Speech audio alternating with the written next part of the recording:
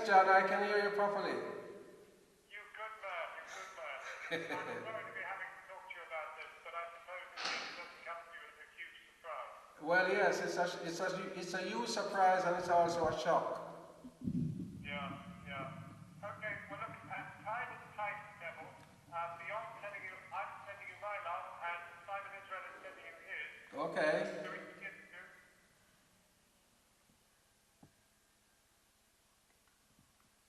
And Neville, if you're looking straight into the camera, Yes. you and I will make sense visually when they see it on the television. Right, I'm looking straight in the camera. Brilliant, brilliant. Okay, well, if your cameraman is rolling, shall we go? Yeah, he's rolling. Good, okay. Neville Lawrence, what was your reaction when you heard this information that there had been a serious attempt to smear your family?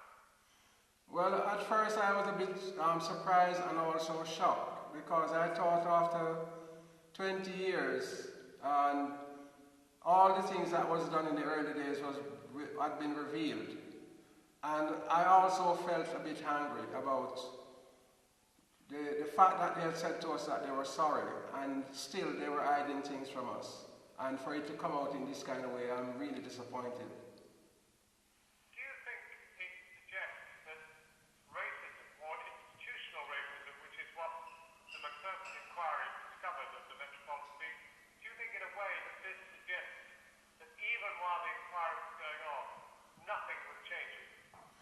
Well, you know, sometimes people get used to behaving a special way in their job, and especially the people in authority think that ordinary people shouldn't determine what they should do and what they should say. And they always, when they have a failing, in order to hide the failing, they try and blame people who are innocent of anything, the ones who get blamed, because our family has never done anything against the law. We wasn't involved in anything to do with the law until the death of Stephen. And for them to be talking about us being the ones who was trying to stop the investigation from going forward, you know, it's a nonsense. What do you think should be done now?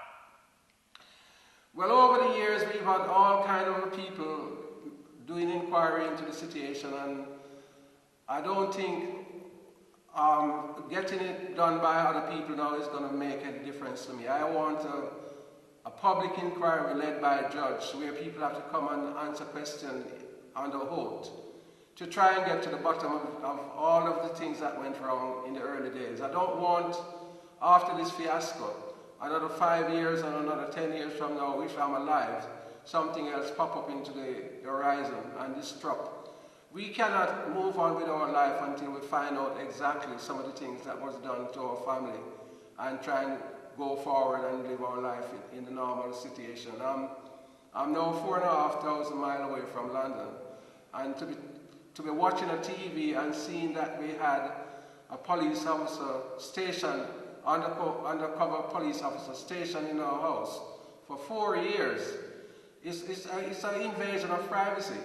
And I need to get to the bottom of it, and I need to know who were the people who actually ordered this man to come into my house, because I can remember 3 days after the so-called liaison officers came to my house and made a remark that I was a madman, and I made it clear that I didn't want any officers in my house. I couldn't see how they could go behind the family request and then put an officer in our house for 4 years. You know that the then head of the Metropolitan Police, was now Lord Condon, he said that he didn't even know that this had happened. He was unaware of the unit's function. Do you believe it? So who gave them authority to carry out this covert operation? Who was in charge of the group of people who were supposed to be investigating my son's murder? Those are some of the answers I'd like to hear from whosoever who gave the permission for this to happen. And if a family in the situation that we were in made a request, not for officers who they thought were disrespecting them, not to be in their house, how come after the request that we made, that they go behind the family back and then did something like this. Do you think it would have happened if you'd been white? I don't know if I want to go down that road. I don't think it would have made any difference whether the person was white or black. It's about the people who are the authorities feeling that they should be answerable to anybody.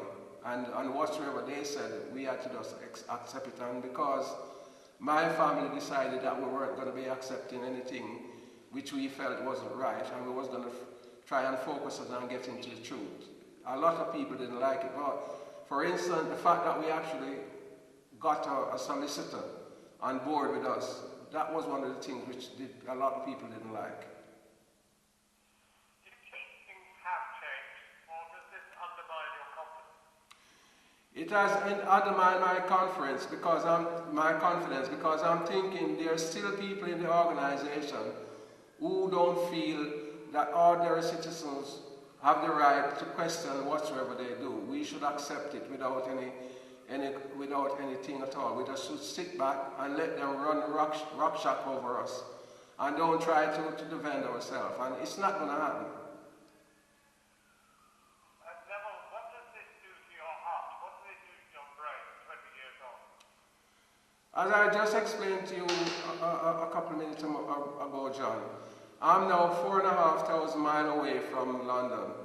And when I come to London, I have all different people around me who support me in what I'm doing. You know, my families, my friends, my solicitors, and all these people. I'm now 4,500 miles away in Jamaica with no support like that. And I have to be sorting out and deal with the situation by myself.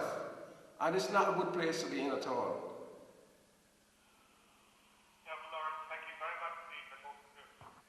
Okay, John, thank you. Neville, that was really fantastic. Thank you so much. I know it will make a very big impact. Thank you very much. Thank you, John. And lots of luck to you. Okay then, bye-bye.